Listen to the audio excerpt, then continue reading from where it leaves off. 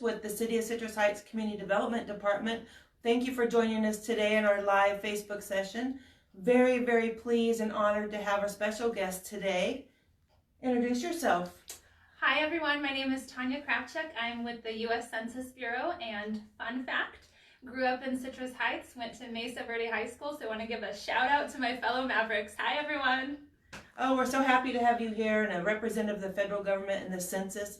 Very important time coming up. And so thank you for taking the time out of your busy schedule. I know how busy it is this time of year for you. 8 weeks to go. Yeah. Wow, it's coming fast. It is. All right, so let's get right into the census questions and dive in. Okay? Sure.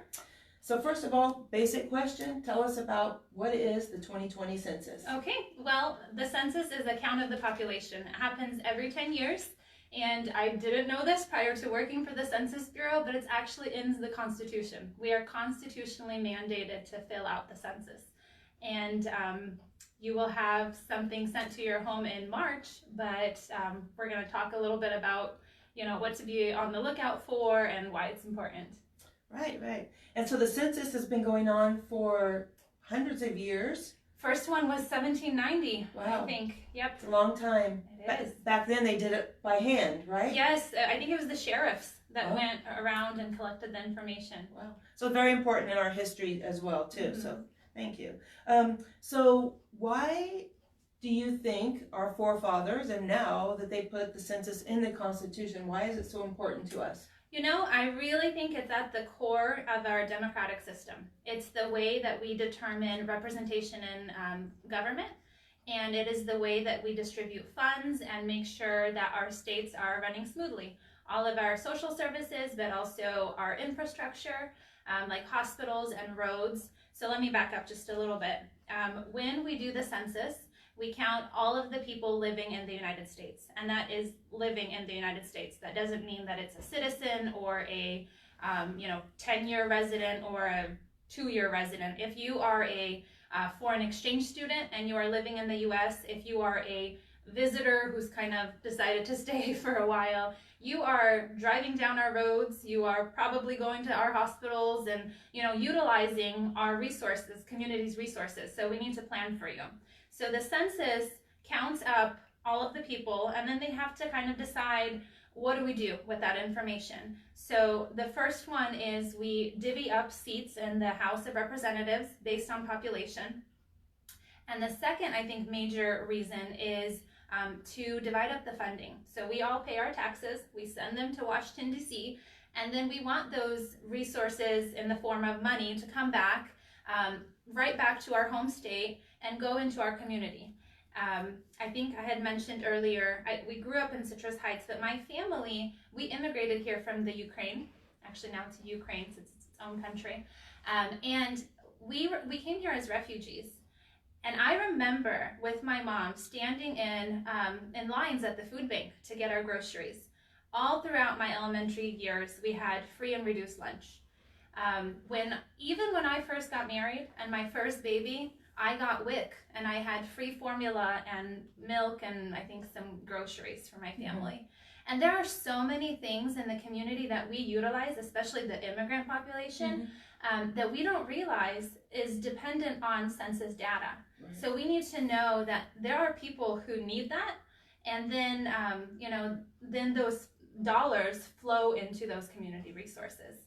Great. So based upon the population count that's gathered from the census, it happens every 10 years, the funds that we're sending to Washington, D.C. turn around and come back to us and are distributed to us based upon this population count. Absolutely. And I kind of tell people, look, if you're planning a party, you need to know who's showing up. You need to know if there are vegans, if there are peanut allergies, if there are kids, or if there are elderly. You need to know what kind of food to serve and to have kind of all the accommodations. So the government throws this big party once every 10 years. And, a lot has changed in the last 10 years. So some of the babies have grown up, they're now going to school. And we need to have enough room in those classrooms, or maybe build more schools in the areas that are developing and there are more residential homes. Maybe we have more seniors in some communities and we need more funding for senior services. Maybe we need more hospitals, or maybe a community has completely left. You know, one part of town is not hopping anymore. It's all about a different area. And so we just need to know how to plan, to just have that outlook and forecast for what does your state need and where to put that funding towards. Great analogies. I like those. Oh, thanks. Yeah, I try to break it down, make it really easy.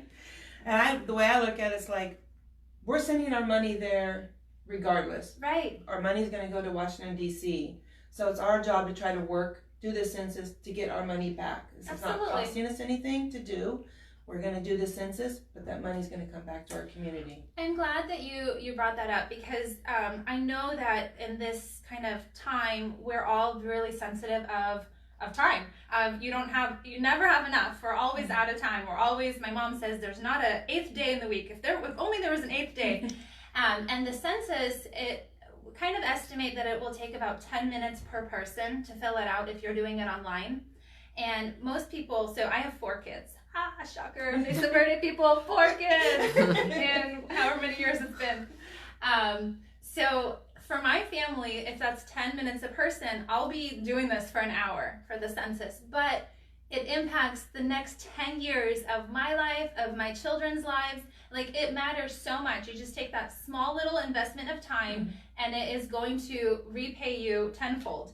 For every person that fills out the census, it's estimated that they bring about $10,000 to their community until the next census.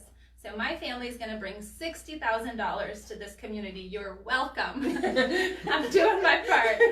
So $60,000. I used to work in nonprofits, and I actually used to write grants and ask people for support. I'm like, gosh, if we had an extra $60,000, it would have made a huge difference. Absolutely. So take that time, because it's so important for the next 10 years. Now, you mentioned the census and going online. So last census I did in 2010, I remember sitting down at the table with something to drink, a coffee or something, and filling out this paper. So it's not going to happen that way this time? It can. So there are 3 primary ways that you can fill out the census. The one is online. We do encourage you to do that because it is the most cost-efficient way for the Census Bureau. If you wouldn't mind, it's very easy. You can do it on your phone, on a tablet, computer, just any kind of mobile screen, that is connected to Wi-Fi.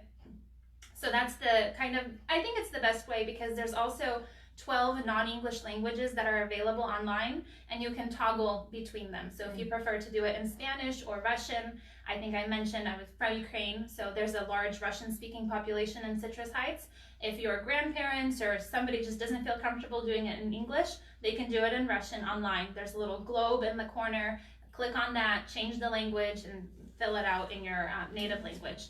There's also, since I'm on that topic, language glossaries and language guides in 59 non-English languages that you can access. So first way is online. The second way, you can do it by phone, and phone is also available in the 12 non-English languages. So you pick up and you'll actually call a live person. You can talk to a live person. It's not automated. And the third way is to fill it out by mail. So in March, we will send a letter inviting you to respond to the census online or by phone, and then we'll send a reminder every week for the next 4 weeks. And by the 4th mailing, if you have not filled it out online or by phone, then you will get a print questionnaire, and you can mail that back. Okay. And if you didn't do any of those things, or if you're just really lonely and looking for someone to talk to you, after all of those things, after April 30th, if you haven't filled it out yet, someone will knock on your door and kindly ask you to answer those 9 questions. Now, when they come to your door, will they ask you the questions and fill it out with you? They will. Okay. Mm-hmm. Okay. And it is only 9 questions, and they're really not invasive. Most people think the census, like, ooh, this is a big deal. I promise you give more information to the pizza delivery man than you do on the census. It asks for your name, your phone number, your address, if you own or rent the home, who else lives there, how they're related to you, your ethnicity. I'm spacing on the last 2, but those sound pretty basic. If you get Cal Fresh or Cal Snap, you've already given them more information than the Census Bureau is asking from you. Great to know. Thank you, everyone. I just want to remind you, I'm here today with Tanya, representing the U.S. Census, and we are just having a chat about the upcoming census. This is the year 2020, so every 10 years the government does this very in-depth count of the population, and so happy that she took the time to join us today. So we'll continue on. Thank you so much. It's been some great information.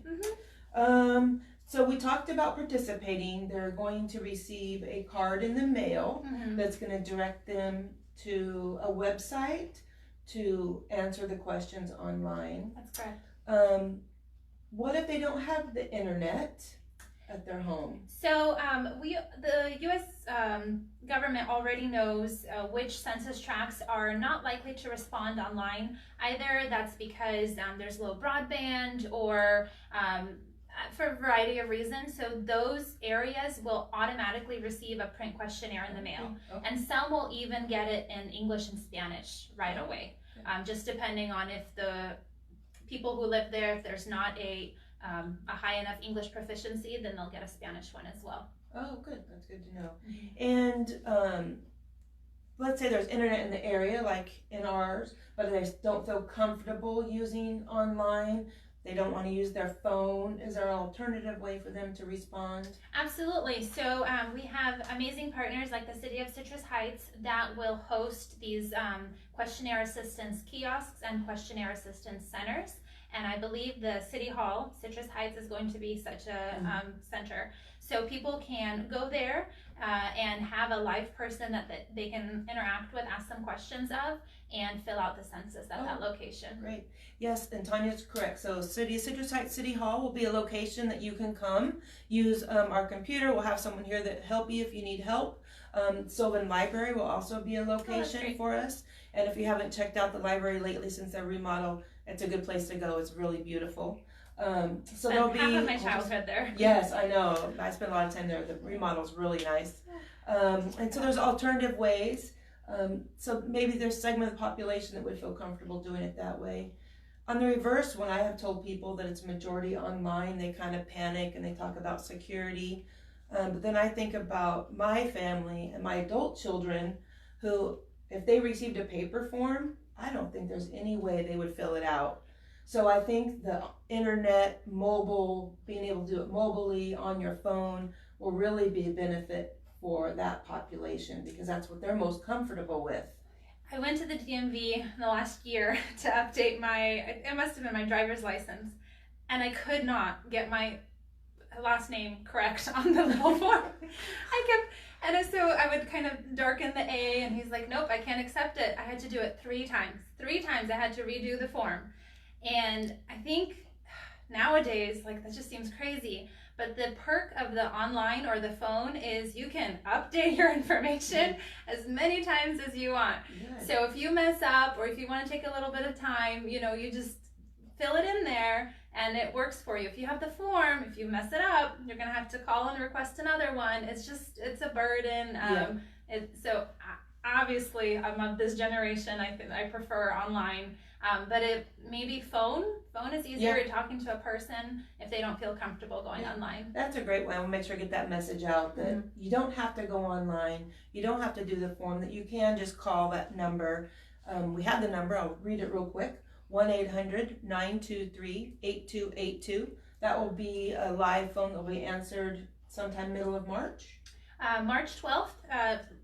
Self-response starts. So from March 12th to the end of April. We really want, benchmark Census Day is April 1. So we really want everyone to respond by April 1, but you kind of have a little bit of a window, a little cushion, so you can go through the end of April. So you're not comfortable on the phone, don't have paper, make sure and call the number and do it verbally. Absolutely. Just make sure and do it. Something else about the number is, I'm not wearing my badge right now, but if you do have an enumerator come to your door, they will have a census badge and it will have their name on there. So if you, I don't know how many people come to doors anymore, maybe Girl Scouts, I just don't know. So if you're just not comfortable, if someone's knocking on your door and you have no idea who it is, go ahead and look on their badge, write down their name, or just call that number right away and say, hey, I'm here with Tanya Kravchuk. Are they a U.S. Census Bureau employee? And you will verify that. It is between the hours of 8 to 5 though, but enumerators could be out until 8 p.m. So if you have someone come to your door after hours, get their name, call the following day. It's okay to tell them come back. I don't feel comfortable today, come back next week or the next day. That's good. It's great information to know. All right, let's take a look. Let's talk about some situations that may be people are concerned about. How do I respond? So there's some typical questions. So we had a question come in from our Facebook Live. So thank you, people. Keep sending in questions if you have any for Tanya. They said they're living with roommates. Will each one get a card? Should they fill it out individually? How would someone respond for that?